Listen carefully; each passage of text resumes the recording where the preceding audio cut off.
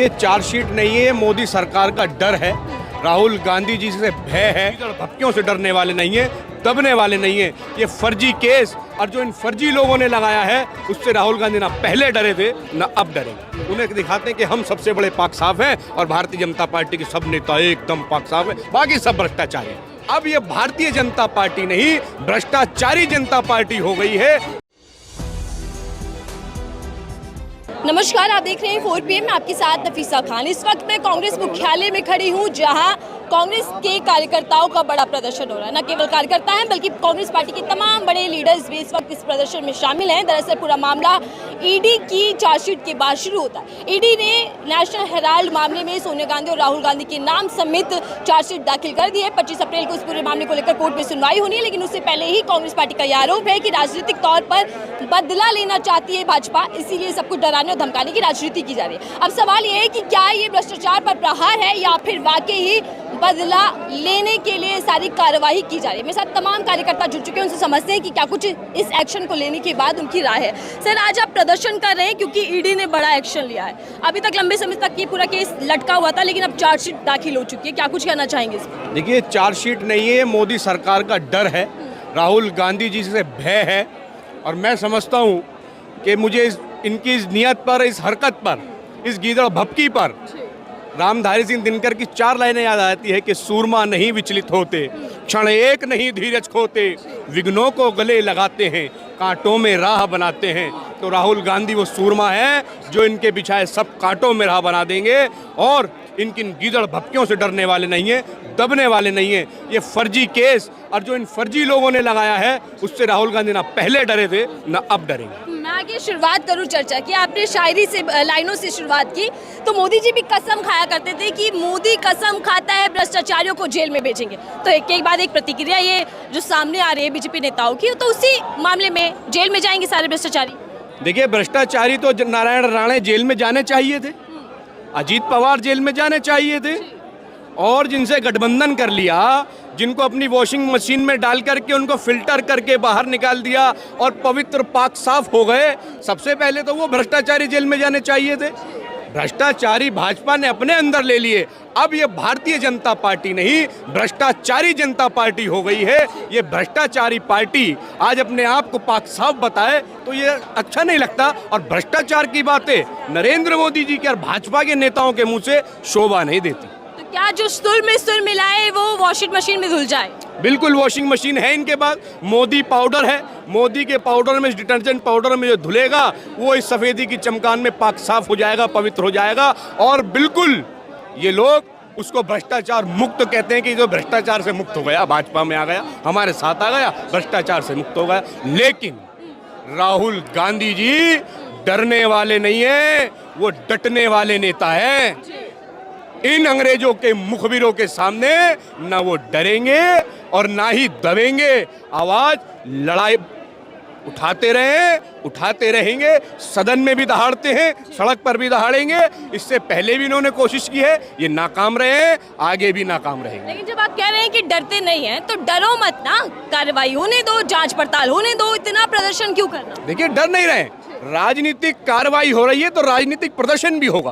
भाजपा कांग्रेस के इकट्ठे होने से क्यों डरती है?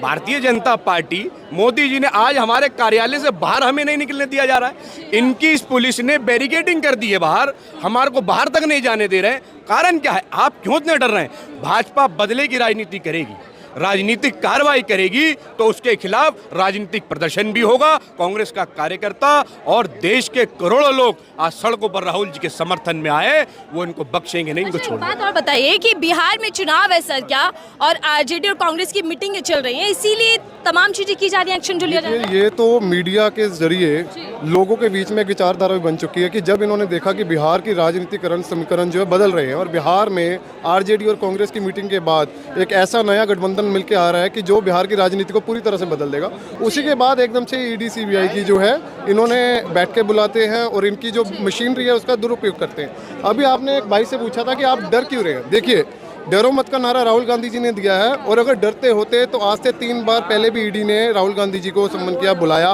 10-10 घंटे बिठाया, 10-10 घंटे पूछताछ करने के बाद उनके हाथ कुछ नहीं लगा। आज भी वही होगा, ये 10-10 घंटे बिठाएंगे, ये एक मेंटली टॉर्चर करते हैं, मेंटली हरास करते हैं, लेकिन इनके पास कोई भी पक्के सबूत नहीं है। ये एक मशीनरी का, ईडी सीबीआई का जो दुरुपयोग आज भाजपा कर रही है। जैसे राहुल गांधी जी ने कहा, ये ब्यूरोक्रेट्स को भी समझ लेना चाहिए कि आज ना कल ये तख्त से उतरेंगे बीजेपी, और जिस दिन कांग्रेस तख्त पे आएगी तो सबकी एक एक की खबर लीजिए। आपने देखिए तख्तियां ली हुई है कि मोदी शाह का राजनीतिक हथियार है ईडी और सीबीआई, ऐसा क्यों लगता है? तो जांच एजेंसियां हैं। देखिए 70 साल की ये इस जो राजनीतिक हमारे सफ़र में, जब से हमारा देश आज़ाद हुआ, 70 नहीं 76 साल में, पहले कभी भी कोई भी सरकारें रही हैं, चाहे वो अटल जी की सरकार रही हो, बीच में किसी की भी सरकार रही है, ऐसा कभी भी दुरुपयोग ईडी सीबीआई या कोई और विशेष ब्यूरोक्रेट्स का नहीं किया गया जो अब किया जा रहा है। आप अपनी आवाज़ को बुलंद करेंगे। आज धारावाही में क्या हो रहा है, आज आप बोलते हैं कि 2000 करोड़ का जो लैंड है रॉबर्ट वाड्रा जी का, वो 600 करोड़ में संपत्ति उनकी खरीदी गई, तो वही अगर आज इनसे कोई पूछ ले जो धारावाही की हज़ारों करोड़ों की संपत्ति है, वो 22 करोड़ में कैसे वो आप अडानी अंबानी जैसे उद्योगपतियों को दे रहे हैं, उसके ऊपर तो जब कोई आवाज़ उठाता है तो ये डाइवर्ट कर देते हैं मुद्दों को, और इस तरफ कोई ईडी सीबीआई जैसे जितने भी ब्यूरोक्रेसी के इनके डिपार्टमेंट हैं उनका दुरुपयोग करना शुरू। आपने बीजेपी की वॉशिंग मशीन का जिक्र किया, तो क्या ये समझा जाए कि जो भ्रष्टाचार का पैमाना है वो बदल चुका है? अपने हैं तो बेल और दूसरा है तो जेल। बिल्कुल, डेफिनेटली ये तो तय है। आज पिछले 10 सालों में यही तो देखने को मिल रहा है। भारतीय जनता पार्टी और मोदी सरकार से जिसको बदला लेना होता है, उससे राजनीतिक द्वेष होता है, अपने उस द्वेष को दर्शाते हैं, अपने विरोधियों को जेल भेजते हैं, उन पर फर्जी ईडी की कार्रवाइयाँ करते हैं, बोगस केस लगाते हैं, और उन्हें दिखाते हैं कि हम सबसे बड़े पाक साफ हैं और भारतीय जनता पार्टी के सब नेता एकदम पाक साफ है, बाकी सब भ्रष्टाचारी। तो कारण ये है कि अपना है तो बेल और बाकी जा डालो तो जेल। तो ये बदले की भावना की कार्रवाई ज़्यादा दिन नहीं चलेगी। सरकार बदलेगी, याद रखिएगा, समय बदलेगा। नरेंद्र मोदी जी हमेशा इस देश के प्रधानमंत्री नहीं रहेंगे।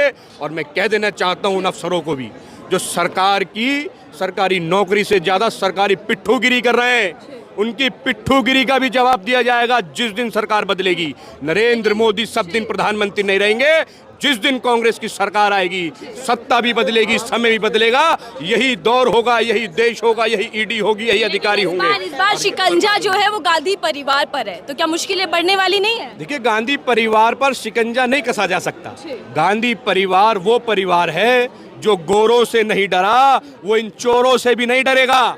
याद रखिएगा, ये जितने बोगस फर्जी के झूठे केस, फर्जी मुकदमे, फर्जी बातें, फर्जी लोग, ये फर्जी लोग हैं जो सब फर्जी बातें कर रहे हैं। तो इनसे राहुल गांधी जैसा शेर नहीं डरने वाला, जो इस दुनिया के उन धन्ना सेठों से नहीं डर रहा, वो इन खोखले लोगों से डरेगा। बीजेपी के नेताओं के बयान खूब आते हैं कि उस दिन असल खुशी होगी जिस दिन देश से कांग्रेस पार्टी खत्म हो जाएगी। देखिए, ना कांग्रेस पार्टी को कोई खत्म कर सका है, ना कांग्रेस पार्टी कभी खत्म होगी। सबसे पुरानी राजनीतिक पार्टी है जिसने देश को आज़ादी दिलाई और आज भी लोगों के लिए संघर्ष कर रही है। आप ये देखिए, आज जो राहुल गांधी जी का संघर्ष है वो है सवर्णों के और ओबीसी जातियों के विशेषज्ञों के बीच में। अब आप देखिए, एक राजनीतिक पार्टी जो सिर्फ एक सवर्णों को हर जगह आप देखेंगे कि इन्होंने अपॉइंट किया हुआ है, और ओबीसी की लड़ाई लड़ते हुए, SC ST की लड़ाई लड़ते हुए जब राहुल गांधी जी ने वो आवाज़ को बुलंद किया, और जब देश के लोग, देश की जनता जब जागरूक होकर उनके साथ खड़ी हुई है, तो इन्होंने एक नया फर्जीवाड़ा आरोप लगाकर उनको बिठाने की कोशिश की, और वो बैठेंगे नहीं। ये आवाज़ हमारी बुलंद रहेगी,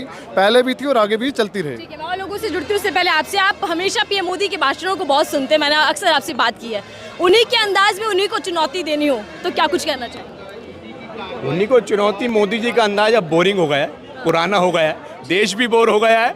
अब तो राहुल जी गरज रहे हैं और यही कह रहा है देश कि कार्रवाई जब सरकार बदलेगी तो कार्रवाई होगी, खटाखट खटाखट खटाखट सब पर कार्रवाई की जाएगी। धन्यवाद। लेकिन अब तो सहयोगी भी आपके कह रहे हैं कि इस मामले में गिरफ्तारी होनी चाहिए, आम आदमी पार्टी देखिए मांग कर रही है।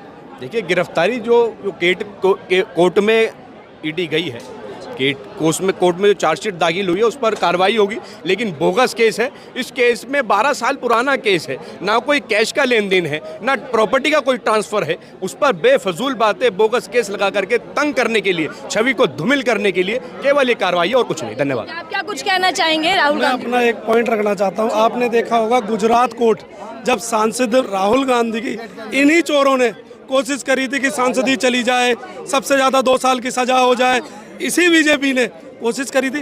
राहुल गांधी डरने वालों में से नहीं था, सदस्यता ले ली थी, घर ले लिया था, लेकिन बाद में बहाल हुआ ना, यही गुजरात कोर्ट ने किया था।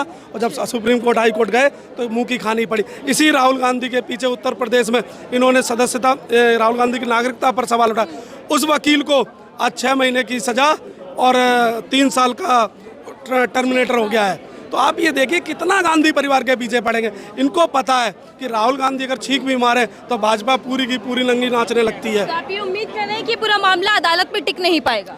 अभी तक नहीं टिका, 12 साल हो गए।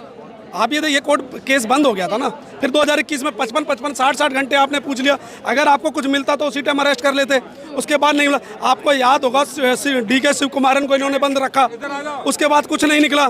तो ये सिर्फ और सिर्फ एक चुनाव आने वाले हैं उसमें भटकाने के लिए कि राहुल गांधी जाएंगे वहाँ दलितों की बात करेंगे, पिछड़े समाज की बात करेंगे। तो ये सिर्फ डरे हुए हैं और ये डर बता रहा है बीजेपी का और इनके नेताओं का। नहीं, भेज दीजिए RSS। मैं कह रहा हूँ अमित शाह के लड़के के पास भेज दीजिए ED एक बार। हेमंत बिस्वा शर्मा, आपके क्या नाम है, महाराष्ट्र सरकार के जितने मंत्री हैं सब पे आरोप लगाया था। तो मैं ये कहना चाहता हूँ भाजपा सरकार से, दो मुँहे सांप ना बन के आप आइए, डायरेक्ट कीजिए, राहुल गांधी को बुलाइए। मैं कहता हूँ लाइव डिबेट में आ जाइए। नरेंद्र मोदी को एक बार राहुल गांधी ने बोला भी था कि आप डिबेट कर लीजिए, पता चल जाएगा कौन कितने पानी में। वो डरते हैं, डर के आगे ED CBI पुलिस को करते आगे और कुछ नहीं है इनके पास। ये सिर्फ और सिर्फ बरगलाने के अलावा डर बता रहा है भाजपा का। डरे हुए हैं प्रधानमंत्री। ये जो चुनाव है और चुनाव आता है तो ED और CBI जाग जाती है। आपको ऐसा क्यों लगता है कि जब जब चुनाव तब ED और CBI का एक्शन? मोदी जी को की कोई राजनीति अपनी है नहीं, सिर्फ उनकी डराने की राजनीति है। और जब भी भारत के अंदर कहीं पर भी कोई चुनाव आता है, ED और वो CBI को आगे कर देते हैं। 2022 के अंदर जून महीने के अंदर आपने 55 घंटे की राहुल गांधी जी से इंटेरोगेशन करी। उसके बाद जुलाई महीने में आपने सोनिया गांधी जी से इंटेरोगेशन करी और उसके बाद अब 3 साल बाद आप उसमें चार्जशीट दाखिल कर रहे हैं और उस कंपनी के ऊपर कर रहे हैं जिसमें कोई नॉन प्रॉफिट वो सेक्शन है। सेक्शन 8 के अंदर कंपनी बनी हुई है, उसमें कोई 1 रुपये का लेन देन है ही नहीं। तो उसमें आप कैसे उनको चार्जशीट कर रहे हैं? यानी कि जो ED CBI है वो बीजेपी की है और RSS के कहने पे काम कर रही है। मेन जो मुद्दा है, जो ये हमारा संघर्ष है सड़कों के ऊपर, वो ED और CBI के ऊपर हम नहीं कर रहे।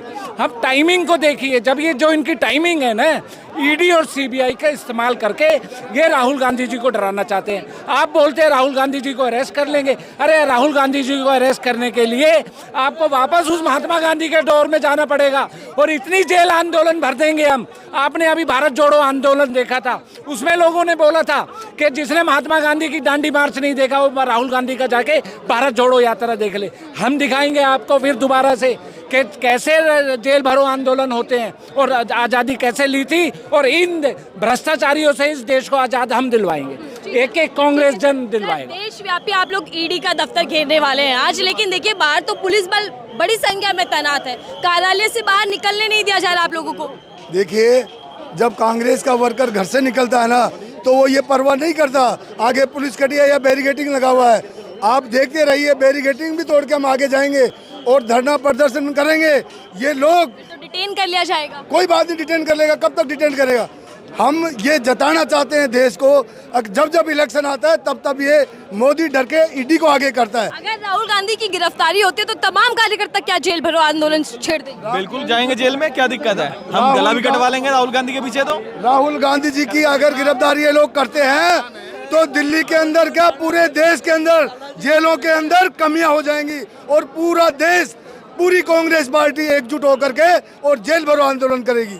ठीक है, चले देखिए एक बार फिर से जी को उठाने की कोशिश करी ना तो आप देख लो, जगह नहीं मिलेगी। जेल के घरों में भी इनको जगह नहीं मिलेगी। इतने हमारे कार्यकर्ता है इस टाइम। मैडम आपको पता है ये ना इतनी बेवकूफ़ सरकार है ना, इसको इतना राहुल गांधी से डर लगता है ना कि जब भी कोई दिक्कत आती है ये ED CBI लेके आ जाते हैं और कुछ नहीं है इनके पास डराने के लिए, कुछ नहीं है। नेशनल हेराल्ड मामले में एक बार फिर से बीजेपी और कांग्रेस पार्टी आमने सामने है, लेकिन चुनौती बड़ी है। राहुल गांधी की तमाम कार्यकर्ता ये कह रहे हैं कि डरो मत। अब देखते हैं कि कौन किससे डरता है और इस मामले में कोर्ट किस तरीके की संज्ञान लेता है। क्या मुश्किलें बढ़ने वाली है गांधी परिवार के लिए या फिर एक बार फिर से गांधी परिवार बीजेपी को कड़ी चुनौती देगा? आपकी राय क्या? साझी कीजिएगा। देखते रहिए 4PM। मैं थी आपके साथ नफीसा खान।